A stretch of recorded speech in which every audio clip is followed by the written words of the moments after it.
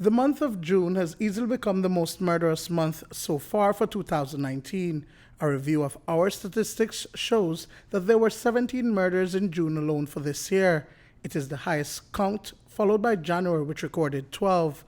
March, which for the past 2 years was the most murderous month of the year, only shows 10 homicides, which is a big improvement from last year's whopping 21 for that month. But back to June, in 2016 and 2017, it recorded 12 and 13 murders respectively, and then in 2018 there were only 5 homicides. So what triggered the large number this year? It started with the triple homicide at the home of Aloysius and Duane between miles 10 and 11 on the George Price Highway on June 4th. Duane, Maria Juarez, and Vidal Antonio Uman were bounded and shot dead inside the house. Around 3 p.m. on today's date, police responded to a call at mile 10 on the George Price Highway. It is a residential area. One house is situated at this particular area. Police entered the house where they found the lifeless body of 3 persons inside one of the bedrooms of the house. Now, do we know the names of the victims? We have identified one of the victims as Aloysius and Duane, a teacher who has been identified as one of the deceased. The triple homicide was followed a week later by a quintuple murder near Swallow and Map Keys and a double murder in the Laguna of San Pedro. In both murders at sea, the 7 men were on fishing trips when they came under attack. It threw national security into emergency mode, and the police department, in conjunction with the Belize Coast Guard, stepped up patrols along the coast and within Belize's territorial waters. So, just as we did with the triple murder earlier in the month, we are ensuring that we deal with these investigations in the most expedient and professional manner.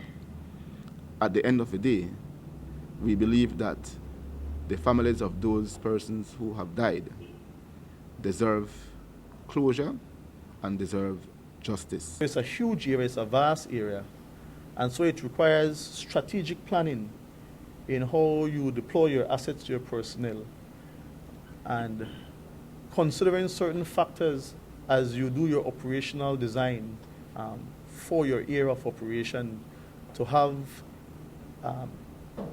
effectiveness and efficiency. Meanwhile, there were several other violent crimes that ended fatally. Those include the killing of Ana Villanueva and Jesus Mozay in Corozal. Several persons have been charged for manslaughter in respect of those crimes.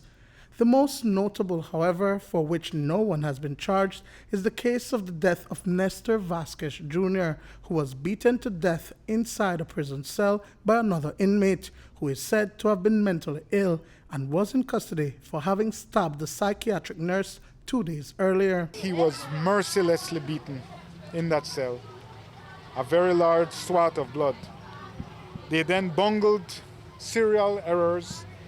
They moved with no urgency towards the cell where they had been notified that just voices from in the cell, fight, fight, that kind of thing. They responded with complete, in a blasé manner, just lazing into the thing like, wow, where they going? No urgency to save a dying man's life. He was removed from the cell, limbs flailing, unconscious but breathing, bludgeoned, and he was then, without stretcher, put into a police mobile, no driver for that mobile, changed onto another mobile, time is being lost, blood is being lost, he's dying. And they then took him to KHMH after that series of errors, and where he was eventually, in quite short order, taken from the trauma room to the ICU. And he died in the ICU about 60 hours later, or 55 hours later. The police department considered the actions of the police who were working the cell block, as well as that of the executive duty officer on duty at the time, to be an act of gross negligence in that they failed to ensure that these two prisoners, who both have some mental disability, were kept in the same cell detained. We have our protocols that governs the cell block area, and from what the investigation is showing so far, there was a clear breach of our cell block protocol, and so the officers who were on duty at that particular time have since been placed on disciplinary charges and have been interdicted from duty on half pay. Duane Moody for News 5.